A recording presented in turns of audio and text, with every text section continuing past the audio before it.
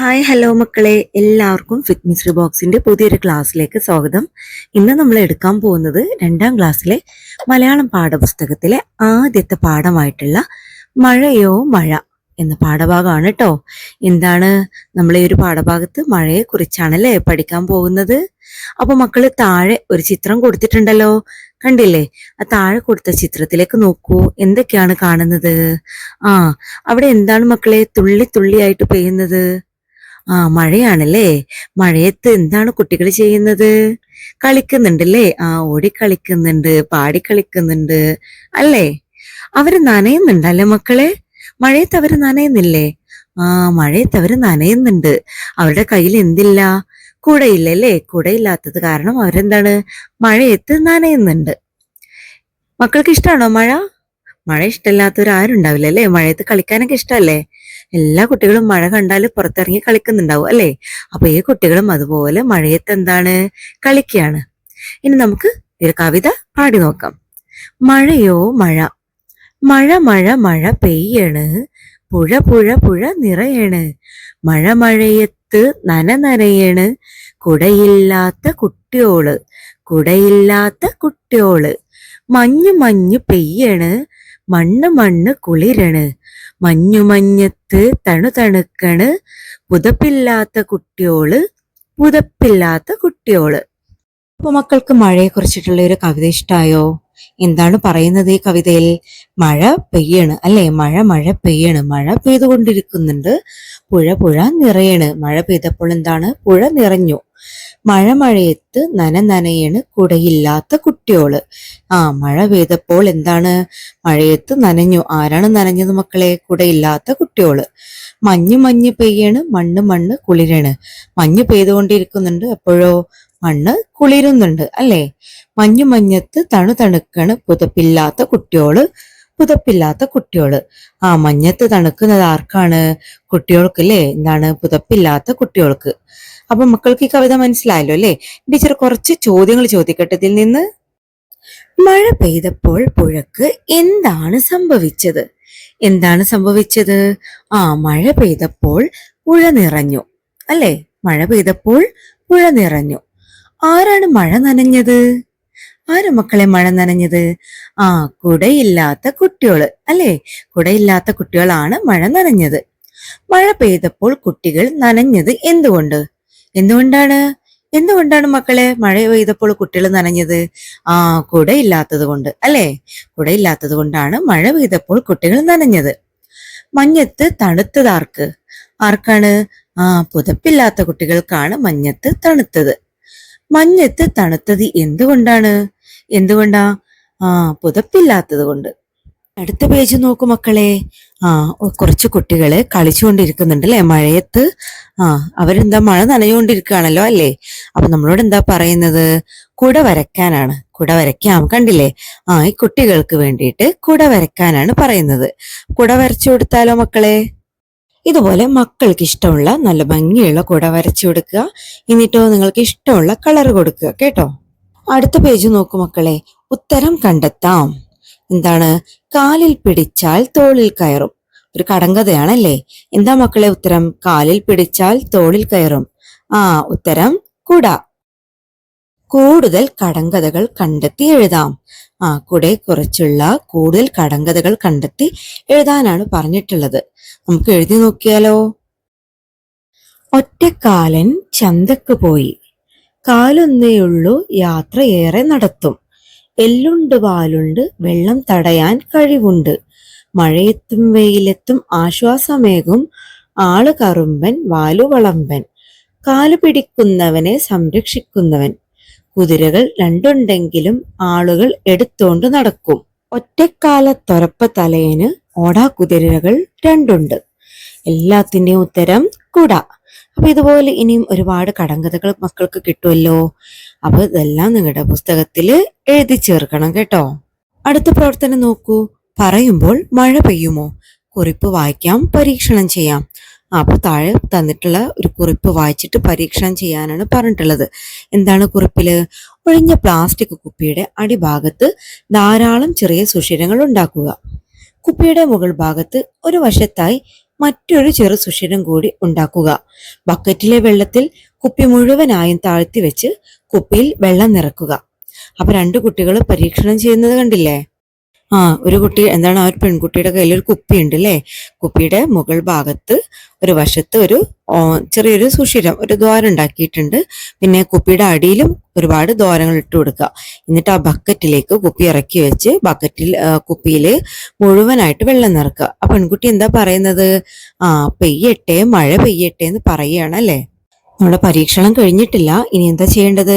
കുപ്പി ഭദ്രമായി അടക്കുക. വിരൽ കൊണ്ട് വശത്തെ സുഷിരം അമർത്തിപ്പിടിച്ച് കുപ്പി ഉയർത്തുക. പെയ്യട്ടെ, മഴ പെയ്യട്ടെ എന്ന് പറയുമ്പോൾ വിരൽ മാറ്റുക. നിൽക്കട്ടെ, മഴ നിൽക്കട്ടെ എന്ന് പറയുമ്പോൾ വീണ്ടും സുഷിരം അടച്ചു പിടിക്കുക. എന്ത് സംഭവിക്കും? അപ്പൊ എന്തായിരിക്കും മക്കളെ സംഭവിക്കുക? വെള്ളം നിറച്ചതിന് ശേഷം എന്താണ്, കുപ്പി ഭദ്രമായിട്ട് അടച്ചിട്ട് വിരൽ കൊണ്ട് വശത്തെ സുഷിരം അമർത്തിപ്പിടിച്ച് കുപ്പി ഉയർത്തുക. എന്നിട്ട് പെയ്യട്ടെ, മഴ പെയ്യട്ടെ എന്ന് പറയുമ്പോൾ വിരൽ മാറ്റുക. അപ്പോൾ എന്താ സംഭവിക്കുക? മക്കൾ ആ പരീക്ഷണം ചെയ്ത് നോക്കണം കേട്ടോ. എന്താണെന്ന് വെച്ചാല് ആ കുപ്പിയിൽ നിന്ന് എന്താണ്, വിരൽ എടുത്തു മാറ്റുമ്പോൾ താഴെ കൂടെ ആ ചെറിയ ചെറിയ ഒരുപാട് സുഷിരങ്ങളില്ലേ, അതിലൂടെ വെള്ളം ഒരുപാട് ഇങ്ങനെ പെയ്യും. അപ്പൊ മഴ പെയ്യുന്ന പോലെ ഉണ്ടാവും. ആ സുഷിരം അടച്ചു പിടിക്കുമ്പോൾ പെട്ടെന്ന് മഴ നിൽക്കും. ഇതാണ് ഉണ്ടാവുക. അപ്പൊ എല്ലാ മക്കളും ആ പരീക്ഷണം ഒന്ന് ചെയ്ത് നോക്കിയിട്ട് കുറിപ്പ് എഴുതണം.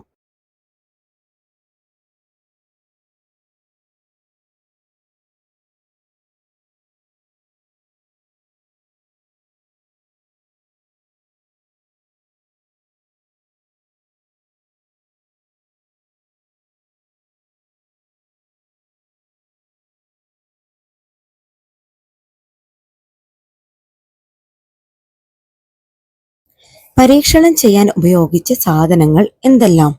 എന്തെല്ലാമാണ് പരീക്ഷണം ചെയ്യാൻ ഉപയോഗിച്ച സാധനങ്ങൾ? പ്ലാസ്റ്റിക് കുപ്പി, ഒരു ബക്കറ്റ് വെള്ളം, സൂചി. സൂചി എന്തിനാണ്? ചെറിയ സുഷിരങ്ങൾ ഇട്ട് കൊടുക്കാൻ വേണ്ടിയിട്ടാണ് സൂചി എടുത്തത്. അപ്പോൾ എന്തൊക്കെ ഉപയോഗിച്ചു എന്നുള്ളത് ആ ഒരു ബോക്സിൽ എഴുതി കൊടുക്കുക. അടുത്തത് നോക്കൂ. ഇന്നലെ പെയ്ത മഴ. അതൊരു പെരുമഴയായിരുന്നു. മഴയ്ക്ക് മുമ്പ് ആകാശമാകെ ഇരുണ്ടു. ശക്തമായ കാറ്റിൽ മരങ്ങൾ ആടിയുലഞ്ഞു. വലിയ ഇടിയും മിന്നലും വന്നു. ഞാൻ പേടിച്ചുപോയി.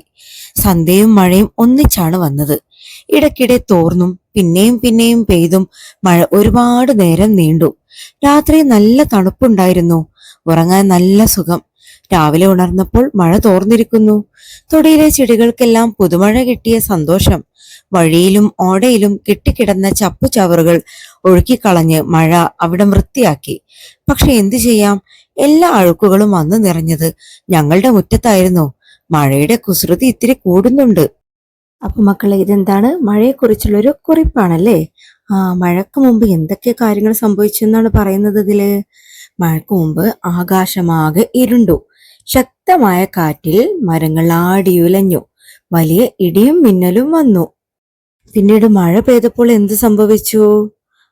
മഴ പെയ്തപ്പോൾ ഇടയ്ക്കിടെ തോർന്നും പിന്നെയും പിന്നെയും പെയ്തു അല്ലേ. മഴ ഒരുപാട് നേരം നീണ്ടു. മഴ പെയ്തപ്പോൾ ആർക്കൊക്കെയാണ് സന്തോഷമായത്? തൊടിയിലെ ചെടികൾക്കെല്ലാം പുതുമഴ കിട്ടിയ സന്തോഷമായിരുന്നു അല്ലേ. മഴയിലൂടെ ഒലിച്ചു പോയിട്ടുള്ള അഴുക്കുകളൊക്കെ വന്നു നിറഞ്ഞത് എവിടെയായിരുന്നു? എല്ലാ അഴുക്കുകളും വന്നു നിറഞ്ഞത് ഞങ്ങളുടെ മുറ്റത്തായിരുന്നു. മഴയിൽ ഇങ്ങനെ ഒഴുകി ഒഴുകിയിട്ട് അഴുക്കുകളൊക്കെ വന്നടിയും അല്ലേ. അപ്പൊ അത് വന്നു ചേർന്നത് എവിടെയായിരുന്നു? ഞങ്ങളുടെ മുറ്റത്തായിരുന്നു. ഈ കഥയിൽ പറയുന്ന അവരുടെ മുറ്റത്തായിരുന്നു അല്ലേ, കഥാപാത്രത്തിന്റെ മുറ്റത്തായിരുന്നു. ഇനി അടുത്തത് നോക്കൂ. അഭിനയിക്കാം. എന്തൊക്കെ കാര്യങ്ങളാണ് അവിടെ കാണിക്കുന്നത്? എന്തൊക്കെയാണ് കൊടുത്തിട്ടുള്ളത്? ഒരു കുട്ടി എങ്ങനെ മഴയത്ത് നോക്കിയിരിക്കുന്നുണ്ടല്ലേ. എന്താണ് അവിടെ പറഞ്ഞിട്ടുള്ളത്? വിറയണ്, നനയണ്, കുളിര് കോരണ്. അപ്പൊ ഇതെല്ലാം അഭിനയിച്ച് കാണിക്കണം കേട്ടോ. നിങ്ങൾ ക്ലാസ്സിൽ വിറയണെന്ന് പറഞ്ഞാൽ എന്താ? തണുത്ത് വിറച്ചിരിക്കുമുണ്ടാവില്ലേ, നമ്മൾ ഇങ്ങനെ കിടുകിടാ വിറക്കും അല്ലേ, അത് അഭിനയിച്ച് കാണിക്കുക. അതുപോലെ നനയണ്, മഴ നനഞ്ഞു കഴിഞ്ഞാലുള്ള ആ ഒരു അനുഭവം ഇല്ലേ, നനഞ്ഞിട്ട് കുതിരുമല്ലോ അല്ലെ. അപ്പൊ അതാണ് നനയുന്നത്. പിന്നെയോ കുളിര് കോരണ്, തണുത്ത് കഴിഞ്ഞാൽ നമുക്ക് ഇങ്ങനെ ആകെ കൂടെ കുളിര് കോരും അല്ലെ. അതും അഭിനയിച്ച് കാണിക്കുക കേട്ടോ. ഇനി താഴെ നോക്കൂ. ഞാനും മഴയും. മഴ അനുഭവം എഴുതാം. അപ്പൊ നിങ്ങൾ നിങ്ങളുടെ ഒരു മഴ അനുഭവം എഴുതാനാണ് പറഞ്ഞിട്ടുള്ളത്. എങ്ങനെയാണ്? നല്ല മഴ പെയ്തുകൊണ്ടിരിക്കുന്ന ഒരു ദിവസമായിരുന്നു അന്ന്. മുറ്റം മുഴുവൻ വെള്ളം കൊണ്ട് നിറഞ്ഞിരുന്നു. മഴ കാരണം എങ്ങും പോകാൻ വയ്യാത്ത അവസ്ഥയായിരുന്നു. വെറുതെ വീട്ടിലിരുന്ന് മടുത്തപ്പോഴാണ് ഒരു ആശയം തോന്നിയത്. കടലാസ് വഞ്ചി ഉണ്ടാക്കി വെള്ളത്തിൽ ഒഴുക്കി കളയാൻ. അങ്ങനെ ഞാനും അനിയനും കൂടി ഒരുപാട് കടലാസ് വഞ്ചികൾ ഉണ്ടാക്കി. അത് ഒഴുക്കിക്കൊണ്ടിരിക്കുന്നു വെള്ളത്തിലേക്ക് വെച്ചു കൊടുത്തു. നല്ല രസമായിരുന്നു അതിങ്ങനെ ഒഴുകി പോകുന്നത് കാണാൻ. ചെറിയ ചെറിയ കല്ലുകളിലും കമ്പുകളിലും തട്ടി അത് ചാഞ്ഞും ചെരിഞ്ഞും ഒഴുകിക്കൊണ്ടിരുന്നു. മഴയുടെ ശക്തി കൂടിയപ്പോൾ കടലാസ് വഞ്ചികളെല്ലാം വെള്ളത്തിൽ മുങ്ങിപ്പോയി. മഴ തോർന്നപ്പോൾ വീണ്ടും ഞങ്ങൾ കടലാസ് വഞ്ചികൾ ഉണ്ടാക്കി. ഒരുപാട് രസമുള്ള, മറക്കാനാവാത്ത ഒരു അനുഭവമായിരുന്നു അത്. അപ്പൊ ഇത് ഒരു ഉദാഹരണം എഴുതിയതാണ്. മക്കളുടെ ഒരു മഴ അനുഭവം ഇതുപോലെ എഴുതുക. ഇനി നോക്കൂ, മഴച്ചൊല്ലുകൾ കണ്ടെത്താം. മഴച്ചൊല്ലുകൾ കണ്ടെത്താനാണ് പറയുന്നത്. മഴ തോർന്നാലും മരം പെയ്യും, ഇങ്ങനെ പറയുന്നത് എന്തുകൊണ്ടാണ് മക്കളെ? മഴ പെയ്തുകൊണ്ടിരിക്കുമ്പോൾ മരത്തിലെ ചില്ലകളിലും ഇലകളിലൊക്കെ എന്താണ്, മഴത്തുള്ളികൾ അങ്ങനെ തങ്ങി നിൽക്കും അല്ലേ? മഴയൊക്കെ തോർന്നു കഴിഞ്ഞ് നമ്മൾ ആ മരം പോയി അങ്ങനെ പിടിച്ച് കുലുക്കിയാലോ, മഴ പെയ്യുന്നത് പോലെ അതിൽ നിന്ന് മഴത്തുള്ളികൾ അങ്ങനെ പെയ്യും. ഇതുകൊണ്ടാണ് മഴ തോർന്നാലും മരം പെയ്യും എന്ന് പറയുന്നത്. ഇതൊരു ചൊല്ലാണ്. ഇനി ഇതുപോലുള്ള മഴച്ചൊല്ലുകൾ കേട്ടിട്ടില്ലേ? അവ ക്ലാസ്സിൽ പറഞ്ഞു നോക്കാം. അപ്പൊ മക്കൾ എന്ത് ചെയ്യുക? ഇതുപോലുള്ള മഴച്ചൊല്ലുകൾ ഒരുപാട് ശേഖരിക്കുക, എന്നിട്ട് ക്ലാസ്സിൽ പറഞ്ഞു നോക്കുക. അപ്പം കുറച്ച് മഴച്ചൊല്ലുകൾ ടീച്ചറോട് കാണിക്കുന്നുണ്ട്. ഇനി അതിനേക്കാളും കൂടുതലും മക്കൾ കണ്ടെത്തിയിട്ട് എഴുതാനായിട്ട് നോക്കുക. ചിങ്ങത്തിലെ മഴ ചിണുങ്ങി ചിണുങ്ങി, തുലാപത്ത് കഴിഞ്ഞാൽ പ്ലാപൊത്തിലും ഇരിക്കാം. മകരത്തിൽ മഴ പെയ്താൽ മണ്ണിന് വാദം, കുംഭത്തിൽ മഴ പെയ്താൽ കുപ്പയിലും നെല്ല്. മീനത്തിൽ മഴ പെയ്താൽ മീനിനും ഇരയില്ല. ഇടവത്തിൽ മഴ ഇടവഴി നീളെ, പെരുമഴ പെയ്താൽ കുളിരില്ല. ചെമ്മാനം കണ്ടാൽ അമ്മാനം മഴയില്ല. അന്തിക്ക് വന്ന മഴയും വിരുന്നും അന്നു പോകില്ല. അപ്പൊ ഇതുപോലെ ഇനിയും ഒരുപാട് മഴച്ചൊല്ലുകൾ ഉണ്ടാവും അല്ലേ? അതൊക്കെ മക്കള് കണ്ടെത്തി ശേഖരിച്ചെഴുതുക. മഴത്തുള്ളി കഥ പറയുമ്പോൾ. കടലിൽ കൂട്ടുകാരോടൊപ്പം തുള്ളിക്കളിക്കുകയായിരുന്നു ഞാൻ. കൂടെ കളിക്കാൻ ധാരാളം പേർ. വല്ലാത്ത ചൂട്, സഹിക്കാൻ പറ്റുന്നില്ല. ഞാനല്ലാതായി മാറുന്നു. കൂട്ടുകാരോടൊപ്പം ഞാനും ആകാശത്തേക്ക് ഉയർന്നു. ഞങ്ങൾ മേഘങ്ങളിൽ ഒളിച്ചു.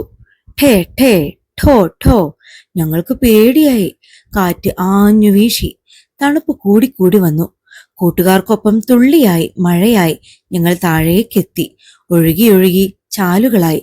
തോട് നിറഞ്ഞു, പുഴ നിറഞ്ഞു. വീണ്ടും ഞങ്ങൾ കടലിലേക്ക്. ഒരു മഴത്തുള്ളി പറയുന്ന കഥയാണല്ലേ ഇത്? ആ ഒരു മഴത്തുള്ളിയുടെ കഥ പറയുകയാണിത്. എന്താണ് കഥയിൽ പറയുന്നത്? ഈ ഒരു വെള്ളത്തുള്ളി കടലിൽ കൂട്ടുകാരോടൊപ്പം തുള്ളി കളിക്കുകയായിരുന്നു. കൂടെ കളിക്കാൻ ഒരുപാട് പേരുണ്ടായിരുന്നു. അങ്ങനെ വല്ലാത്ത ചൂട് വന്നില്ലേ, സഹിക്കാൻ പറ്റാത്ത വല്ലാത്ത ചൂട് വന്നപ്പോ എന്തായി? കൂട്ടുകാരോടൊപ്പം ആകാശത്തേക്ക് അങ്ങോട്ട് ഉയർന്നു. എന്നിട്ടോ മേഘങ്ങളിൽ ഒളിച്ചു. പിന്നെയോ ഇടിവെട്ടി, അങ്ങനെ കാറ്റ് വീശി തണുപ്പ് കൂടി വന്ന് കൂട്ടുകാർക്കൊപ്പം എന്തായി? തുള്ളിയായിട്ട് മഴയായിട്ട് താഴേക്ക് അങ്ങനെ ഒഴുകി കടലിലേക്ക് ഒക്കെ എത്തി. ഈ താഴെ കുറച്ച് ചോദ്യങ്ങൾ തന്നിട്ടുണ്ട്. എന്താണ്? ഉത്തരം കണ്ടെത്താം. എന്തൊക്കെയാണ് ചോദ്യങ്ങള്? കടലിൽ കളിച്ചത് ആരാണ്? ആരാണ് കടലിൽ കളിച്ചത്? വെള്ളത്തുള്ളികളാണ് കടലിൽ കളിച്ചത്. വെള്ളത്തുള്ളികൾ മേഘങ്ങളിൽ ഒളിക്കാൻ കാരണമെന്ത്? എന്താണ് വെള്ളത്തുള്ളികൾ മേഘങ്ങളിൽ ഒളിക്കാൻ കാരണം എന്താണ്? ചൂട് കൂടിയപ്പോൾ അല്ലേ? വെള്ളത്തുള്ളികൾ പേടിച്ചതെന്തിന്? ഇടിയുടെ ശബ്ദം കേട്ട്. കാറ്റ് ആഞ്ഞു വീശിയപ്പോൾ എന്ത് സംഭവിച്ചു? വെള്ളത്തുള്ളികൾ മഴയായി താഴേക്ക് പെയ്തു. അടുത്ത പ്രവർത്തനം നോക്കൂ. സംഭാഷണം എഴുതാം. കുട്ടിയും മഴത്തുള്ളിയും കൂടെയുള്ള എന്താണ് ഒരു സംഭാഷണമാണ്. അത് കുറച്ചിവിടെ തന്നിട്ടുണ്ട്. ബാക്കി നിങ്ങളോട് എഴുതാനാണ് പറഞ്ഞിട്ടുള്ളത്. കുട്ടി: മഴത്തുള്ളി മഴത്തുള്ളി, നീ എന്തിനാ ആകാശത്തേക്ക് ഉയർന്നത്? മഴത്തുള്ളി: ചൂട് സഹിക്കാൻ വയ്യാഞ്ഞിട്ടാണ്. കുട്ടി: എന്തിനാണ് നീ പേടിച്ചത്? മഴത്തുള്ളി: ഠേ ഠേ ശബ്ദം കേട്ടിട്ട്. കുട്ടി: നീ എങ്ങനെയാണ് വീണ്ടും കടലിലേക്ക് എത്തിയത്? അപ്പോൾ മഴത്തുള്ളി എന്താ പറഞ്ഞത്? കാറ്റ് ആഞ്ഞു വീശിയപ്പോൾ വെള്ളത്തുള്ളികളായി താഴേക്ക് പെയ്തു. തോടുകളും പുഴകളും നിറഞ്ഞു വീണ്ടും കടലിലേക്ക് എത്തി. അപ്പൊ ഇതാണ് മഴയും കുട്ടിയും തമ്മിലുള്ള സംഭാഷണം. ഇനി കണ്ടെത്താം, എഴുതാം. എന്റെ നാട്ടിലെ ജലസ്രോതസ്സുകൾ. അപ്പോൾ എന്തൊക്കെയാണ് നിങ്ങളുടെ നാട്ടിലെ ജലസ്രോതസ്സുകൾ? ഉദാഹരണം പുഴ തന്നിട്ടുണ്ടല്ലേ? പിന്നെ എന്തൊക്കെ ജലസ്രോതസ്സുകളാണ് മക്കളെ നിങ്ങൾക്ക് അറിയാവുന്നത്? അതൊക്കെ കണ്ടോ, ചുറ്റിലും ഒഴിഞ്ഞു കിടക്കുന്ന കോളങ്ങൾ അവിടെ എഴുതി കൊടുക്കുക. എന്തൊക്കെയാണ്? കുളം, തടാകം, കിണറ്, കടല്, തോട്, അങ്ങനെ ഒരുപാട് ജലസ്രോതസ്സുകൾ ഉണ്ടല്ലേ നമ്മുടെ നാട്ടില്. അപ്പൊ മക്കള് അതൊക്കെ പൂരിപ്പിച്ചു കൊടുക്കുക. അടുത്ത പ്രവർത്തനം നോക്കൂ. പ്രതികരിക്കാം, പോസ്റ്റർ വാക്യങ്ങൾ തയ്യാറാക്കാം. ഒരു പോസ്റ്റർ, ഒരു ചിത്രം ഇവിടെ തന്നിട്ടുണ്ട് അല്ലേ. എന്താണ്? അരുതേ, മലിനമാക്കരുതേ, ജലസ്രോതസ്സുകൾ നാടിൻ സമ്പത്ത്. ആ ജലം മലിനമാക്കരുത് എന്ന് പറഞ്ഞിട്ടുള്ള ഒരു പോസ്റ്ററാണ് ഇവിടെ തന്നിട്ടുള്ളത്. എന്താണ്? ഒരു ഫാക്ടറിയിൽ നിന്ന് മലിനജലം അല്ലെ, ഫാക്ടറിയിലെ മലിനജലം പുഴയിലേക്ക് ഒഴുക്കി വിടുകയാണ്. എന്താണ് അപ്പൊ സംഭവിക്കുക? പുഴയിലെ വെള്ളം മലിനമാക്കപ്പെടും അല്ലെ. അതുവഴി മനുഷ്യർക്കും മറ്റ് ജീവജാലങ്ങൾക്കും ഒരുപാട് മാരകമായിട്ടുള്ള അസുഖങ്ങൾ പടർന്നു പിടിക്കും. അപ്പോൾ എന്താ നിങ്ങൾ ചെയ്യേണ്ടത്? അങ്ങനെ ജലസ്രോതസ്സുകൾ നശിപ്പിക്കരുത് എന്ന് പറഞ്ഞിട്ടുള്ള ഒരു പോസ്റ്റർ തയ്യാറാക്കുക. അപ്പോൾ ടീച്ചർ ഇവിടെ ഉദാഹരണമായിട്ടൊന്ന് കൊടുത്തിട്ടുണ്ട്. എന്താണ്? തണ്ണീർത്തടങ്ങൾ സംരക്ഷിക്കാം, ജലക്ഷാമം തടയാം. ഇതുപോലെ മക്കൾക്കറിയുന്ന എന്തെങ്കിലും വാക്യം താഴെ ഇതുപോലെ എഴുതുക കേട്ടോ. അതാണ് പോസ്റ്റർ നിർമ്മിക്കാൻ പറഞ്ഞിട്ടുള്ളത്. ഇനി അടുത്തത് നോക്കൂ. നമ്മുടെ നാട്, കുളിരുണരും മലയുടെ നാട്, തെളിയൊഴുകും പുഴയുടെ നാട്, നീലക്കടലലയുടെ നാട്, ഇത് നമ്മുടെ കേരള നാട്. തെങ്ങോലപ്പീലി വിരിച്ചിട്ടാടുക നാടേ മയിലാട്ടം, പനയോലപ്പീലി നിവർത്തി ആടുക നാടേ തിറയാട്ടം. നെൽവയലുകൾ തത്തപ്പച്ച, താഴ്വരയിൽ വാഴപ്പച്ച, കാടിൻ കരി നീലപ്പച്ച, തളിരിലകളിളം പച്ച, പല പച്ചകൾ ചേർത്തു വരച്ചൊരു ചിത്രം നമ്മുടെ കേരള നാട്. നമ്മുടെ കേരള നാടിനെ കുറിച്ചാണ് ഈ ഒരു കവിതയിൽ പറയുന്നത്. എത്ര മനോഹരമാണല്ലേ നമ്മുടെ കേരളം. എന്തൊക്കെയാണ് നമ്മുടെ കേരളത്തിലുള്ളത്? മലകളുണ്ട്, എന്താണ്, കടലുകളുണ്ട്, തെങ്ങോലകളുണ്ട്, പനയോല, അതുപോലെ തന്നെ നെൽവയലുകൾ, അങ്ങനെ ഒരുപാട് കാര്യങ്ങൾ അല്ലേ. ഒരുപാട് കാണാൻ ഭംഗിയുള്ള പ്രകൃതിദത്തമായിട്ടുള്ള കാര്യങ്ങളാണ് നമ്മുടെ കേരള നാട്ടിലുള്ളത്. നമ്മുടെ കേരളത്തിനെ കുറിച്ചുള്ള ഒരു ചെറിയൊരു കവിതയാണ് കേട്ടോ ഇത്. അപ്പൊ മക്കൾ ഇത് ക്ലാസ്സിൽ നല്ലൊരു ഈണ കണ്ടെത്തിയിട്ട് ഒന്നിച്ചു പാടുക.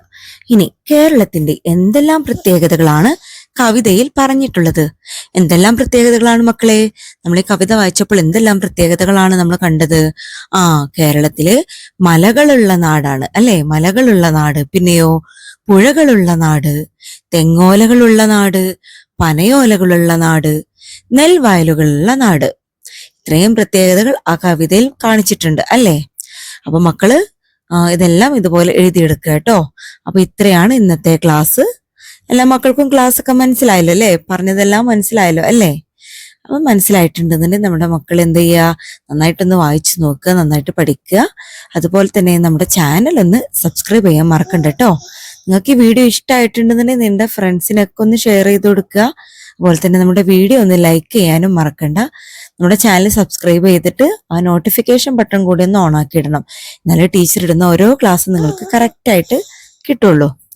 അപ്പൊ ഇന്നത്തെ ക്ലാസ് നിങ്ങൾക്ക് എല്ലാവർക്കും ഇഷ്ടമായിട്ടുണ്ടാവുമെന്ന് വിചാരിക്കുന്നു. ഇനി നമുക്ക് അടുത്ത ക്ലാസ്സിൽ കാണാം. എല്ലാ മക്കൾക്കും ഗുഡ് ബൈ.